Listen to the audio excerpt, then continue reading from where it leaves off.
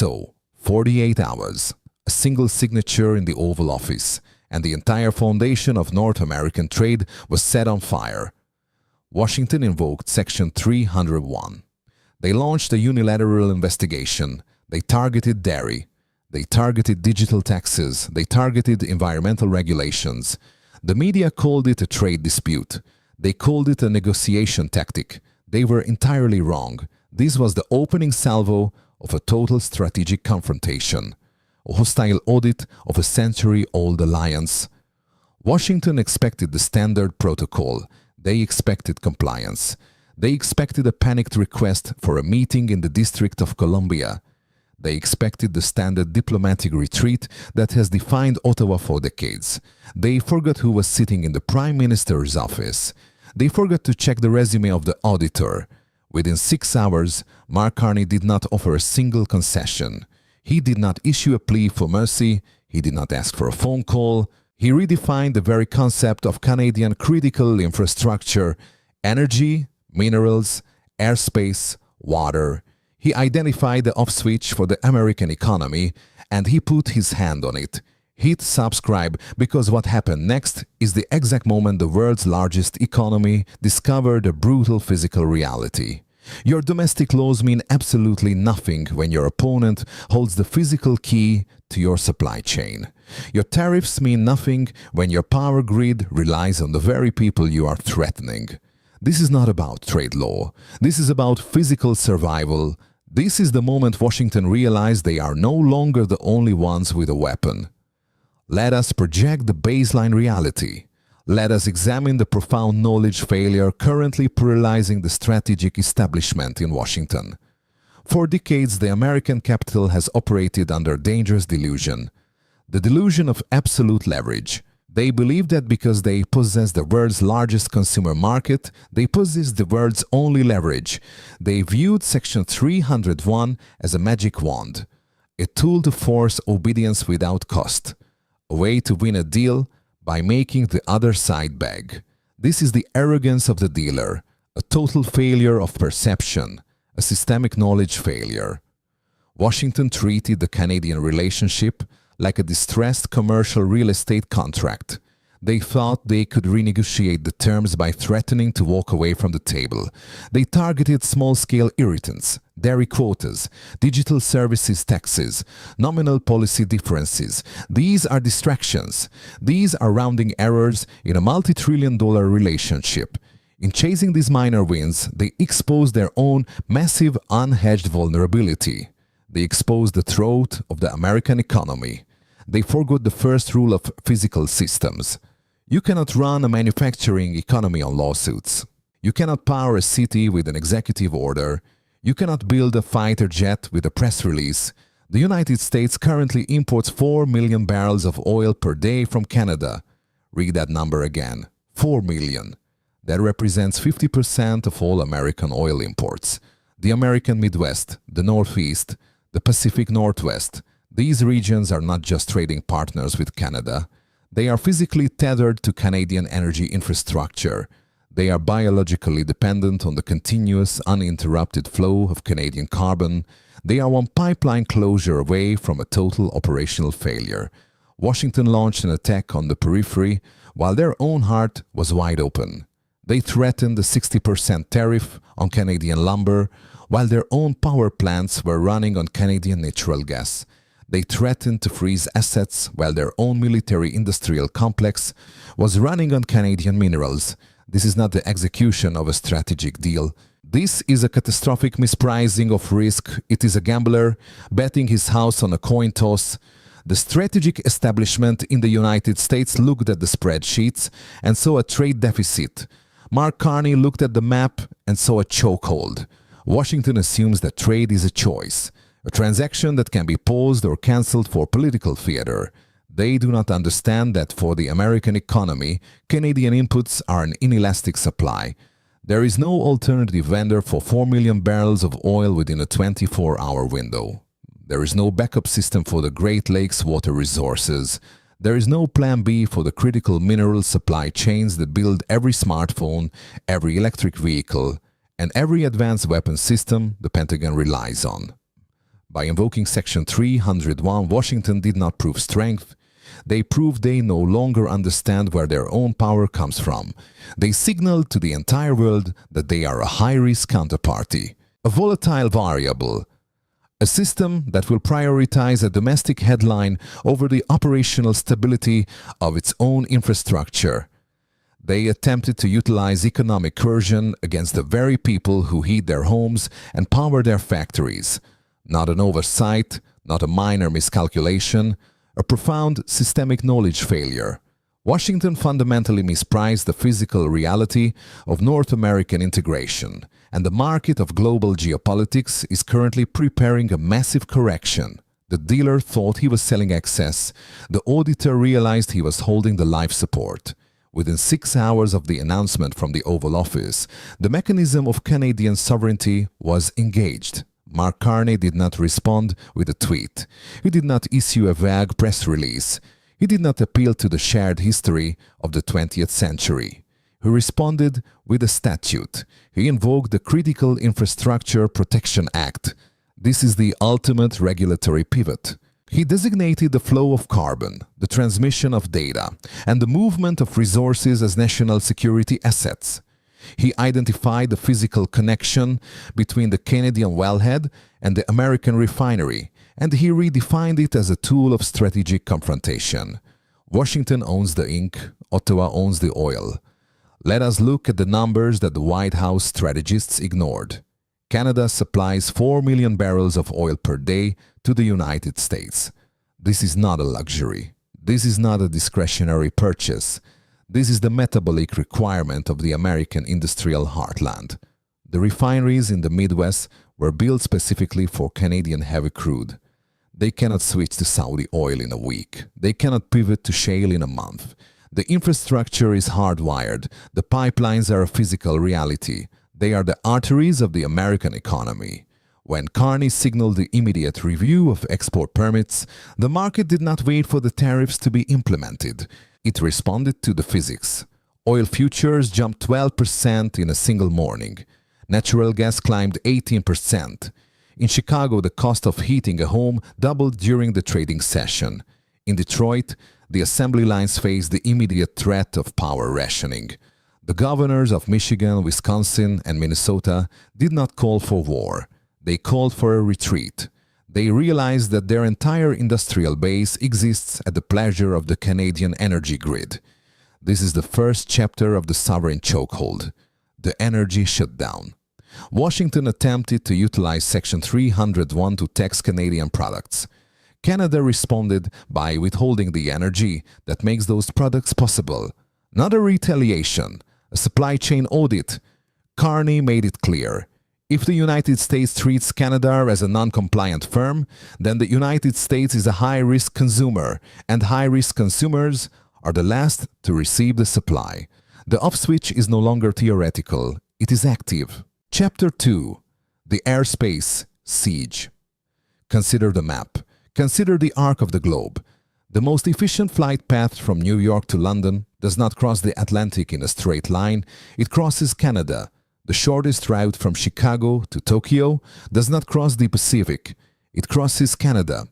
Canadian airspace is the most valuable piece of real estate in the global aviation industry. It is the shortcut that makes international travel and cargo logistics economically viable. It is the gateway between the West and the East. Washington assumed this access was a permanent right, a shared legacy of the post-war era that could never be revoked. Carney corrected the ledger. He announced a comprehensive review of all airspace agreements based on the principle of reciprocal sovereignty. If Canadian business travelers are denied visas, then American business planes are denied the air. If the United States freezes Canadian assets, Canada freezes the sky. The cost is not abstract. It is mathematical. Adding 3 hours to a transatlantic flight is not just an annoyance for passengers. It is a structural disaster for the industry. It burns 10,000 additional gallons of fuel per flight. It requires additional crew rotations. It reduces the operational lifespan of the aircraft. For the American airline industry, the annual cost of a Canadian bypass is $40 billion. $40 billion of pure, unrecoverable operational loss. Delta. United, American. These corporations did not rally behind the trade war. They panicked. They issued emergency statements calling for an immediate de-escalation. They ran to the White House to explain the reality of geometry. You cannot fly through a trade war. You cannot ignore a border when it extends 30,000 feet into the sky. Every flight that must divert around Canadian territory is a flight that loses its profit margin. Every cargo route that becomes longer is a supply chain that breaks. Carney did not need to seize the planes. He just needed to own the air. And in the high north, Ottawa owns the air. Chapter 3. The strategic rerouting. This is the permanent damage. The structural realignment of the global supply chain. Washington launched Section 301 to protect American industry. The actual result? The total isolation of American industry from its primary resource base. Canada is the primary supplier of the minerals that will define the next century of power. Lithium for the energy transition, cobalt for the technology sector, potash for the agricultural core, rare earth elements for the military-industrial complex. The Pentagon is currently addicted to the Canadian supply chain. The F-35 cannot fly without Canadian materials. The American electric vehicle market cannot exist without Canadian inputs. American agriculture cannot feed the population without Canadian fertilizer. Carney did not wait for the World Trade Organization. He did not wait for the USMCA dispute panel to meet in 2 years. He looked across the oceans. He spoke with the European Commission. He spoke with the leaders of Japan and South Korea. He offered them the exact resources that Washington was attempting to tax. He offered them a predictable partner in exchange for a long-term strategic pivot. He offered them the future. The move was surgical. While Washington was arguing over dairy quotas and digital taxes, Canada was finalizing long-term mineral contracts with Tokyo. While Washington was threatening tariffs on aluminum, Canada was integrating its energy grid with the European green transition. The supply that used to flow south is now preparing to move east and west. This is not a temporary shift. This is a permanent redirection of global wealth. This is the self-inflicted wound of the American strategy. By creating a high-risk environment for Canadian trade, Washington forced Canada to find more reliable customers. They forced the creation of a global mineral syndicate that explicitly excludes the United States. Every pound of lithium that goes to Japan is a pound of lithium that never reaches an American factory. Every ton of potash that goes to Europe is a ton of fertilizer that never reaches an American farm. Every gallon of water from the Great Lakes that is redirected is a gallon that no longer supports American industry.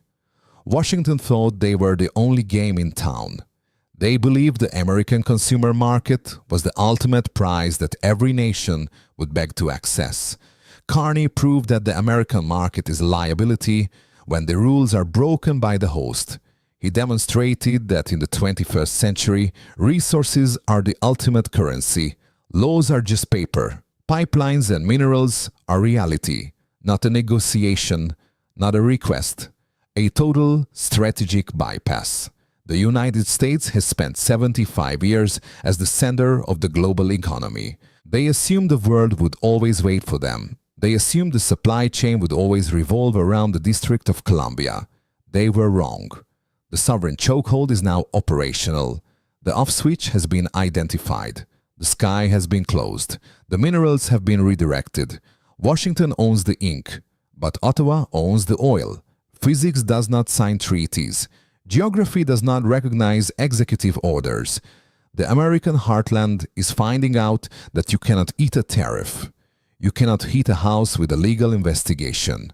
You cannot win a deal when you have already lost the ground beneath your feet. The audit is unfolding, and the cost of American arrogance is being measured in every barrel of oil that does not arrive, in every flight that does not land, in every factory that goes silent. Let us bring in the final auditor. Let us examine the internal ledger of the Section 301 investigation through the cold and unyielding lens of value investing and capital allocation. If Warren Buffett analyzed this geopolitical transaction, he would not look at the flags. He would not listen to the political theater. He would not care about the rhetoric of the dealer. He would identify a fundamental and catastrophic monopsony failure. In the logic of the market, Washington believes it is the monopoly buyer, a monopsony. They believe that because they possess the largest domestic consumer market, they possess the absolute right to set the price. They believe every supplier must beg for their favor. They believe that by invoking Section 301, they are simply exercising their power to renegotiate a contract. They are fundamentally wrong. This is the ultimate knowledge failure. Washington has confused discretionary spend with inelastic supply. When the United States threatens tariffs on Canadian dairy or digital services, they are targeting discretionary sectors. These are rounding errors. These are soft inputs. But when Canada responds by putting a hand on the energy of switch, they are targeting an inelastic supply. There is a massive, unbridgeable difference between the price of milk and the price of the electricity that runs your hospital, between the cost of a streaming tax and the cost of the fuel that heats a city in the middle of a Michigan winter. You can live without the Canadian app. You cannot live without Canadian carbon. This is what Buffett would call an operational suicide. Washington is attempting to short the relationship with their own primary supplier of survival. They are attacking the very entity that provides the metabolic energy for their industrial heartland. In the world of institutional investing, this is a terminal mispricing of risk. It is a gambler attempting to bluff a house that owns the deck. Let us look at the switching costs. In any business, power is defined by how hard it is for your customer to leave. If the switching cost is low, you have no leverage. If the switching cost is infinite, you have a monopoly. Washington believes they have low switching costs. They believe they can simply source oil from the Middle East or shale from Texas. They believe they can buy minerals from Australia or lithium from South America. They are ignoring the physical reality of the infrastructure. The refineries in the American Midwest are not generic machines. They are specialized industrial organs. They were designed, engineered, and built specifically to process Canadian heavy crude. You cannot switch the input to Saudi light crude tomorrow morning. You cannot rewire the plumbing of a continent in a 24-hour trading window. The switching cost for the American energy grid to bypass Canada is measured in trillions of dollars and decades of construction. It is an infinite cost. By threatening Canada, Washington did not create leverage. They triggered a reverse takeover. They forced Mark Carney to demonstrate that Canada is not a subordinate supplier. Canada is the monopoly landlord of the American industrial engine. Every pipeline is a physical chain. Every transmission line is a tether. Washington owns the ink and the legal documents, but Ottawa owns the ground and the oil. This is the margin call that Washington never saw coming. They played short-term politics. Carney executed a long-term capital reallocation. He did not fight for the American market. He moved the supply to more predictable partners. He diversified the portfolio. He effectively sold the American position at the top of the market and moved the assets into the European and Asian sectors. Washington thought they were the customer of the year. They found out they were the counterparty risk of the century. They attempted to utilize Section 301 to extract a concession. They ended up proving that they are too volatile to be trusted with a critical supply chain. In the cold logic of the audit, the United States has just been downgraded to a speculative asset. The audit of the North American partnership is now complete. The results are devastating. Mark Carney stands before the cameras with a lethal, methodical calm. No anger, no performance, no emotional display for the media. He does not need to shout. The numbers are doing the talking for him. The 12% jump in oil futures, the $40 billion hole in the aviation industry, the silent factories in the Midwest. These are the sounds of a failed strategy. These are the sounds of the Washington's leverage evaporating in real time. The relationship has fundamentally changed. The trust is not just broken, it has been liquidated. For a century, the assumption was that the United States and Canada were a single integrated organism, that the border was a formality, that the mutual interest was a law of physics. Washington just proved that the interest is conditional. They proved that the partnership is subject to the whims of the dealer. Canada has learned the lesson. They are moving forward. They are building the infrastructure of independence. They are diversifying their energy routes. They are locking up their mineral resources with partners who prioritize stability over fire. They are preparing for a future where the United States is a neighbor, but no longer an anchor. Washington will eventually realize the scale of this operational failure. They will see the heating bills, they will see the layoffs, they will see the airlines pleading for a bailout, they will try to find a face-saving exit, they will claim a victory that does not exist, but the world is watching, the allies are watching, the markets are watching. They have seen that the largest economy on earth can be neutralized by a neighbor who understands the laws of physics. They have seen that legal aggression is no match for infrastructural reality. They have seen that you cannot bully your way past a geographic chokehold. The era of American economic dominance was built on the assumption of reliability. That reliability is gone. The bypass is operational. The syndicate is formed. The leverage has moved north. Washington owns their ink. But ultimately, physics doesn't sign treaties, and Ottawa owns the oil. The audit is finished. The off switch is active. The power has shifted. This commentary is an independent infrastructural and economic projection based on publicly available strategic data. It does not constitute political endorsement or operational military analysis.